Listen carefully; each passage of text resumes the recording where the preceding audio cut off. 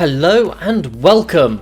I am that James guy, the camera is moving, and we're in HOI4 for another quick tutorial. This one is only going to be maybe 5-10 minutes, not very long at all, and it is entirely about the intelligence agency. You can see we've moved 31 days.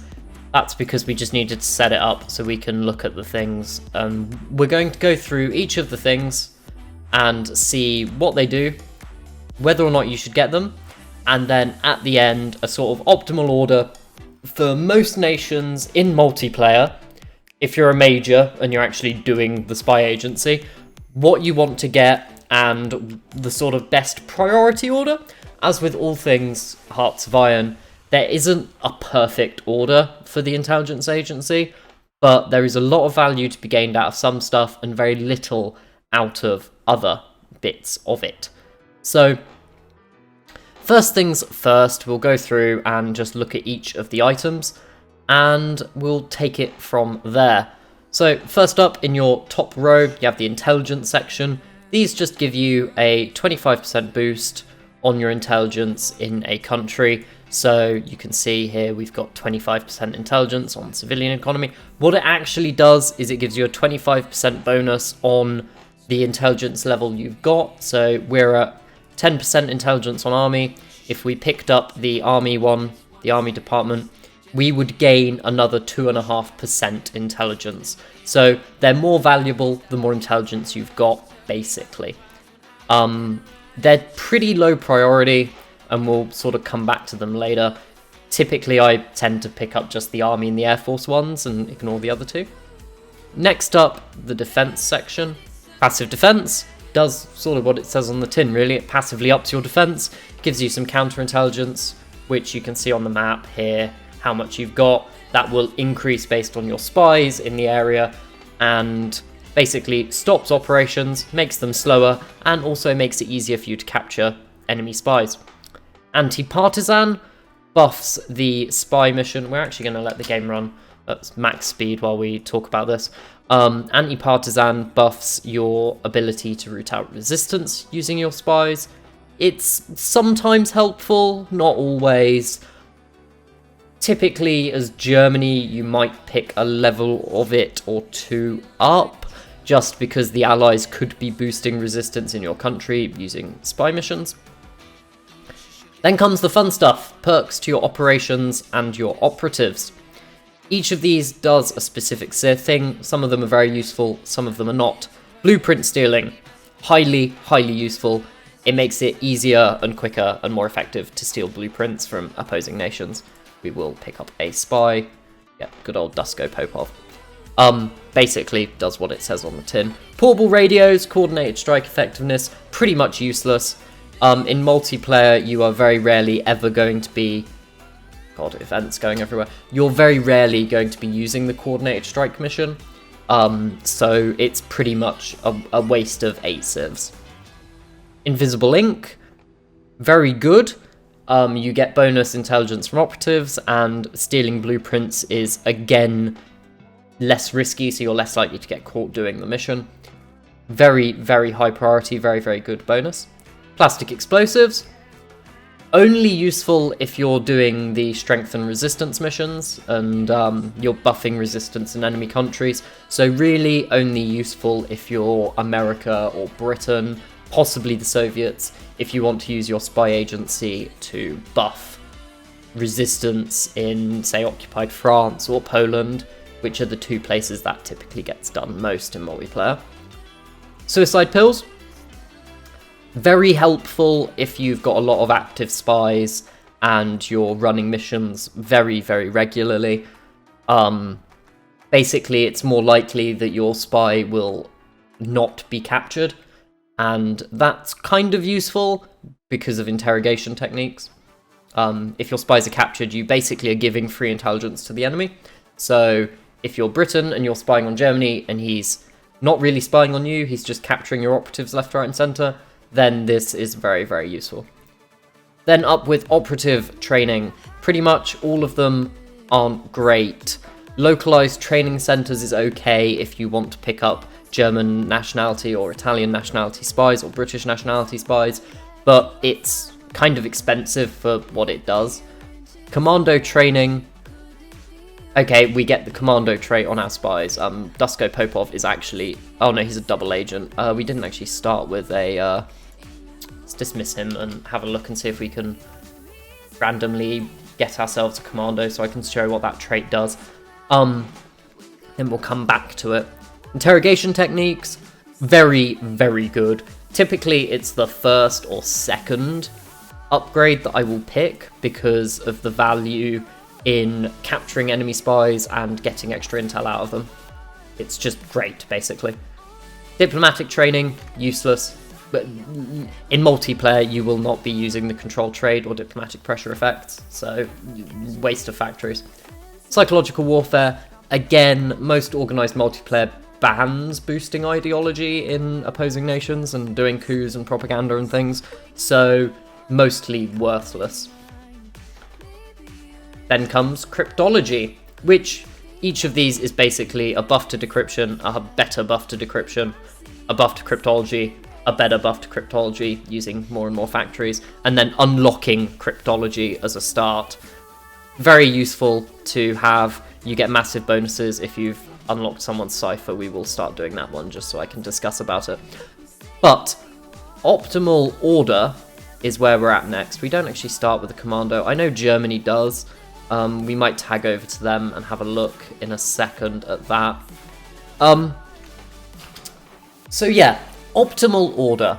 What's the best way to use your spy agency? Well, the way I like to play it in multiplayer is pick up Interrogation Techniques first, then Cryptology department, so that I can start decrypting my opponent's cipher, whether that's I'm playing as the Soviets and I'm decrypting Germany, I'm playing as Britain, Germany, or playing as Germany and decrypting Britain and France and then the Soviets. Getting those ciphers unlocked and getting on that progress as quickly as possible is always great. And Interrogation Techniques is a nice passive bonus to if they're spying on you, you get more out of it if you do capture them. After I've got those two, I like to max out passive defense, and at that point, you've got 6 things unlocked, and you should be well on your way to getting your second spy, which you get at your 5th upgrade, so you've already got your second spy, sorry, and you can also get one from Elusive Gentleman, which most nations will pick up if you're doing the spy agency. Basically, once you've got these 4, 5, 6, blueprint stealing and invisible ink, so that you can get industry out of miners, and also possibly tanks or planes or mechanized, depending on what nation you're playing. A few things that a lot of countries do is Germany, you can steal Romania's planes so that you don't have to research them with license once they rush the Fighter 2 for you. Soviets, you can steal mechanized from Canada. Britain, you can steal fighter from Romania. Lots of options there like that. As Germany, as the Soviets, you can steal heavy tanks from Germany because they will get them slightly ahead of you. There's lots of options there. So getting both of those is great, and always you can just passively steal industry off like Bhutan for the research speed bonuses, which you want to be doing as well. Other than that, so you're now sat on Interrogation, Invisible Ink, Passive Defense, Blueprints, and Form Department. It's then a case of, if they are going into cryptology levels, you might want to spend some industry on decryption and cryptology of your own. If they're not investing in it, you don't need to either. Personally, I do invest in them, and I will try and pick up levels of cryptology just before the war starts, just to make sure that my cipher isn't blown the moment we kick things off. And then moving into getting decryption once we've used your cipher, once you've used the bonus, the active bonus. You do get a passive bonus, but once you've used the active bonus, it does reset. So making sure you've got these later on is very strong. Other than that, I tend to ignore most of the other buttons.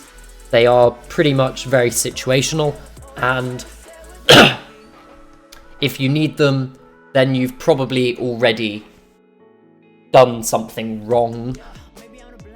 So yeah, so that's really it for your agency branch upgrades, and I will just now discuss the missions that you get.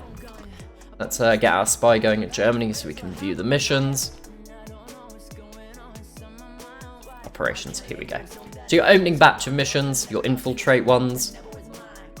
It's quite often very valuable to infiltrate the thing that you're worried about most. So Army or Air Force, depending on if Germany's doing planes or whatever. And then, of course, infiltrating civilian administration is the one you need to be able to steal industry from someone. I'm just clicking events at random now. And the bonus you get when you reveal ciphers is huge. Like, the bonus to the intelligence, but equally, the bonus to defense and the bonus to planning speed and breakthrough bonus are all very, very good. And you do get a passive bonus as well, which is just against air detection and interception for the Air Force, and some passive bonuses to your intelligence overall. But it is very important to stay on top of intelligence in multiplayer, and if you don't, you will lose. And I can show that by just loading into this Soviet Union save in 1940 from last week's multiplayer, and we can just do a sort of case study by tag switching. The Axis have conceded in this game, so I can show you my intelligence. It is 1940 September, so we're not that far away from the war from my perspective. I've got their ciphers already, both Germany and Hungary. I'm able to blow this whenever I want, if I'm having a difficult time with a tank push they're doing, or if I'm about to run a tank push against Germany, I could pop that. I'm stealing industry from Hungary for the research bonuses, and I did actually pick up economy and army department in this one, just because we were confused by Germany's build, so we wanted a bit more information on it. But yeah, you can see I've picked up these, and I've picked up decryption, and I will pick up, would have even picked up government cipher school, probably next couple of months or so. But you can see our intelligence on Germany isn't great, and that's because my spies aren't in Germany, they're in Hungary dealing with that. But if we were to tag to Germany and compare how well they did on spies, no passive defense, did do commando training, interestingly. It does have a lot of spies, including, I presume, a commando then. Let's have a look. Huh, despite all that, oh, there's a, no. Despite all that training, doesn't actually have a commando, so that's interesting. But they're having to use all their spies on home intelligence because of the amount of activity in them. They picked up passive defense, they would have had a better time of it. They have no one cipher decrypted, and we go to intel, they don't really know what's going on. If we compare that to what England knows about Germany, however, the shoe will very much be on a different foot. They've got their cipher decrypted, they've got a spy in Schleswig-Holstein, they've got quite a lot of intelligence. Let's go on and off the map mode so we can see it. Oh no. We can see it a bit better. It's not going to update. No, it doesn't like me tag switching around. But if we look at what they know about Germany,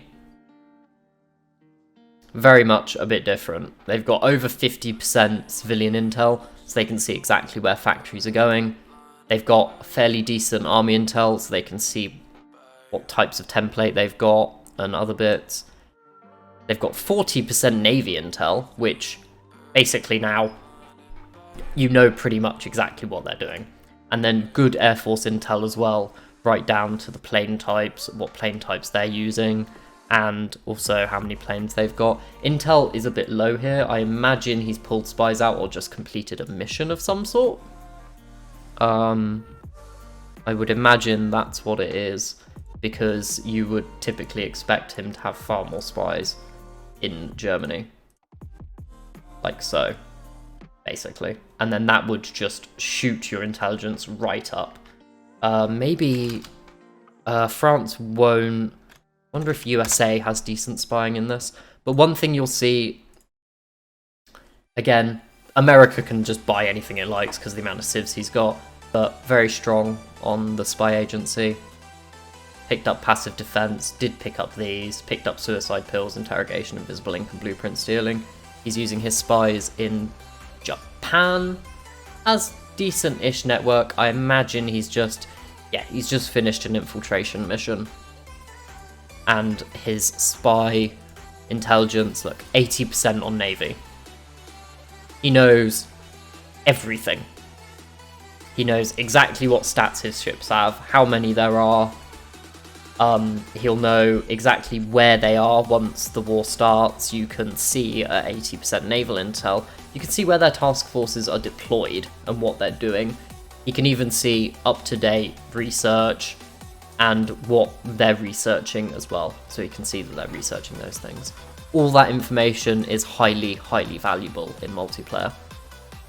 Not only that, up-to-date on industry, exactly, and up-to-date on air, more or less. Japan probably has no idea, however, what America's doing. I actually lie. They do know very well what America's doing, so they have exactly the same intelligence on the Navy. I'm guessing his spies are over there. Yeah, there you go. Yeah, there you go. And they know that his fleets are stationed there. But as you can see, intelligence is important, and don't do it at your own risk, because you will run a cropper, and it is highly, highly important. But if you do have any questions about the intelligence agency mechanics, or what missions are best in what situation, then do let me know. The only one I haven't really covered is Prepared Collaboration Government. That's because a lot of games do ban their use, but if you are playing as Germany, do remember to use the collab governments on Poland, France, if you're allowed by your rule set. But it has been a pleasure. I've been that James guy, and if you have learned anything today, please do like, comment, and subscribe. Even if you haven't learned anything today, please like, comment, and subscribe. And if there was something that you didn't know, or something that I missed that you think other people should know, please don't hesitate to tell us downstairs in the comments. It's been a pleasure. Have a good one, and I will see you guys on the other side.